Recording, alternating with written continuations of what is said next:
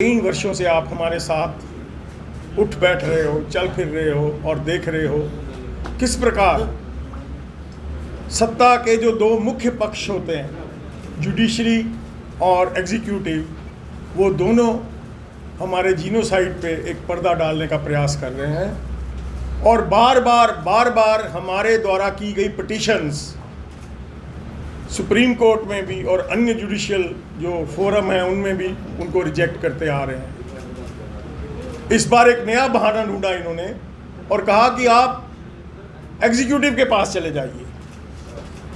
अरे भाई, एग्जीक्यूटिव के पास जाते जाते तो हम लोगों को 30-32 वर्ष हो गए हैं और एग्जीक्यूटिव के पास हम जो जब जाते रहे हैं तो एप्रोप्रिएट फोरम्स जो एग्जीक्यूटिव ने ही कॉन्स्टिट्यूट किए, चाहे वो राउंड टेबल कॉन्फ्रेंसेस थी प्रधानमंत्री की, चाहे वो अन्य फोरम थे, ह्यूमन राइट्स कमीशन था, उन सब के सामने हमने अपने जो वक्तव्य थे और हमारे जो पूरा एक डॉक्यूमेंटेशन थी वो प्रेजेंट की है। 1 बार नहीं, 2 बार नहीं, 10 बार नहीं, सैकड़ों बार की है।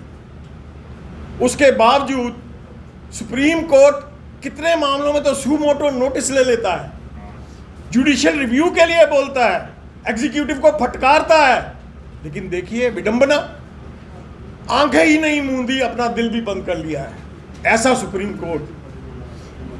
हम ये कहने में आज संकोच नहीं करेंगे कि भारत के ऊपर जो शासन है वो भारत की राज्य सत्ता नहीं, कोई और चलाता है।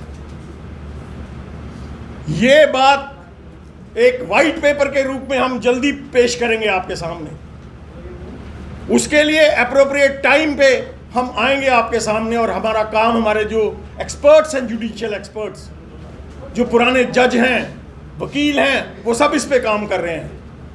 और इस पूरे सिस्टम की एक कंडेमनेशन ही नहीं, इसको पूरे को हमने ला के शीशे में उतारना है, इस बात से कोई दो राय नहीं है और हम इनको इस बात के लिए माफ़ नहीं करेंगे। इसलिए दोस्तों, आने वाले समय में हमारा संघर्ष और तेज होगा।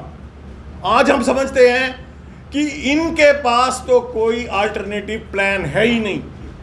ये जो कुछ भी करते हैं ये हमारे प्लान्स को चोरी करके करते हैं, दो राय नहीं। अगर आपने हमारा मार्गदर्शन रेजोल्यूशन पढ़ा हो, उसकी पूरी प्रस्तावना पढ़ी और उसमें जो हमने बुकलेट्स और हैंड वो निकाले थे, अगर वो पढ़े हों, तो इन्होंने जब जम्मू कश्मीर से आर्टिकल 370 दफ़ा करना था तो इन्होंने उसी का फॉलो किया, लेकिन